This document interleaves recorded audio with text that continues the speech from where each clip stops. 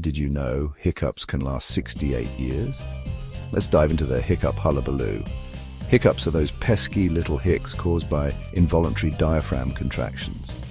But what triggers them? Eating too fast, overstuffing yourself, or gulping down fizzy drinks can all irritate your diaphragm. Even sudden temperature changes or strong emotions like excitement or stress can do the trick. Hiccups usually last a few minutes to an hour, but persistent hiccups lasting over 48 hours might need a doctor's visit. Fun fact, babies hiccup in the womb. To stop them, try holding your breath, sipping cold water, or swallowing a teaspoon of sugar. Hiccups are harmless but annoying. So next time you hic, you'll know why.